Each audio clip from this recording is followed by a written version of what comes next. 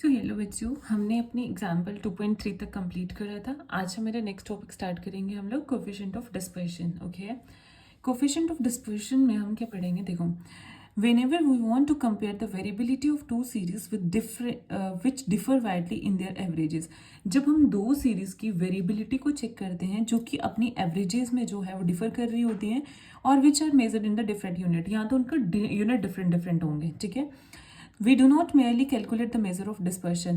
देखो, अगर ऐसी दो सीरीज हैं जिनके यूनिट डिफरेंट हो जाते हैं, जिनकी एवरेज अलग अलग आती है, ठीक है, तो उस केस में हम क्या कर सकते हैं? उस केस में क्या होता है कि पॉसिबल नहीं होता कि हम मेजर ऑफ डिस्पर्शन को कैलकुलेट कर पाएं, क्योंकि मेजर ऑफ डिस्पर्शन को कैलकुलेट करने के लिए अगर हम दो सीरीज को की वेरिएबिलिटी चेक कर रहे हैं तो उनके यूनिट्स का उनको होना सेम है।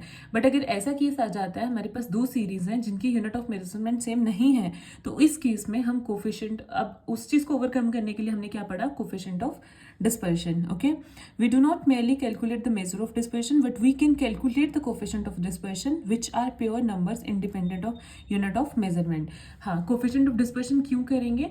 क्योंकि जो हमारा कोफिशिएंट ऑफ डिस्पर्शन है वो हमारे यूनिट्स ऑफ मेजरमेंट पे डिपेंड नहीं करता, तो मतलब हम यूनिट्स को छोड़ के कैलकुलेट कर सकते हैं। The coefficient of dispersion based on different measure of dispersion are as. देखो, coefficient of dispersion based on range, अलग अलग उस पर निकलेगा ना, एवरेजेस पे। देखो, अलग अलग हमारा coefficient of dispersion based on range, range पे निकालेंगे तो a minus b upon a plus b. What is a here? First series, और b आ जाएगी हमारी second series. Where a and b are the greatest and the smallest items in the, a और b हमारी क्या है? Greatest और smallest items हो जाएंगी हमारी सीरीज में। ठीक है, अगर क्वार्टाइल डिवीजन के बेसिस पे निकालें तो क्या आएगा हमारे पास? आ जाएगा coefficient of dispersion, CD is what? CD is a quartile deviation which is Q3 minus Q1। What is Q3? Quartile, third quartile, minus Q1 first quartile, divide by Q3 divide by 2, और उसी का denominator ये numerator है। Q3 minus Q1 upon 2 numerator होगा, Q3 plus Q1 upon 2 ये हमारा denominator होगा। ठीक है, which is equal to Q3 minus Q1 upon Q3 plus Q1। Clear? Based on mean deviation, देखो रेंज पे भी निकाल दिया, क्वार्टाइल डिवीजन पे भी निकाल दिया। अगर मीन डेविएशन पे निकालना होगा तो कैसे लिखेंगे? Coefficient of determination which is equal to mean deviation upon mean deviation from which it is. जैसे हम मीन डेविएशन फ्रॉम मीन भी निकालते हैं, मीन डेविएशन फ्रॉम मीडियन भी निकालते हैं, मीन डेविएशन फ्रॉम मोड भी निकालते हैं। तो जिस भी पर्टिकुलर मतलब एवरेज से हम उसको निकाल रहे होंगे तो वही डिनोमिनेटर में आ जाएगा, लेकिन ऊपर क्या रहेगा? जो हमने सिंपल अपना मीन डेविएशन कैलकुलेट करा होगा।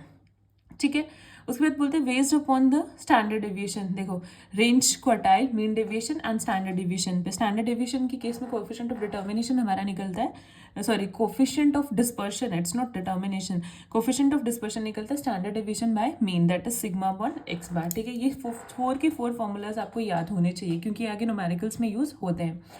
नेक्स्ट है कोएफिशिएंट ऑफ वेरिएशन।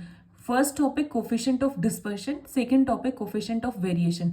डिस्पर्शन में हमने पढ़ा कि जब हमारी दो सीरीज की हम वेरिएबिलिटी को कंपेयर करते हैं तो अगर उनके यूनिट्स अलग अलग हैं तो उस केस में मेजर ऑफ डिस्पर्शन को ना यूज करके अपना कोफिशिएंट ऑफ डिस्पर्शन यूज करते हैं। अब पढ़ेंगे कि कोफिशिएंट ऑफ वेरिएशन में क्या होता है। Coefficient of variation simple 100 times the coefficient of dispersion based upon standard deviation.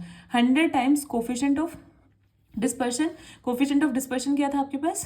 100 time coefficient of dispersion based on standard deviation, ये था ना, coefficient of dispersion based on standard deviation which is sigma upon X bar. तो वही आ जाएगा 100 times, मतलब उसको 100 से multiply कर देंगे तो कोफिशिएंट ऑफ वेरिएशन की वैल्यू आपके पास ये होगी। उसी का 100 टाइम्स जो हम निकालते हैं वो हो जाएगी हमारे पास coefficient of variation. According to the Professor Carl Pearson, who suggested this measure, coefficient of variation is the percent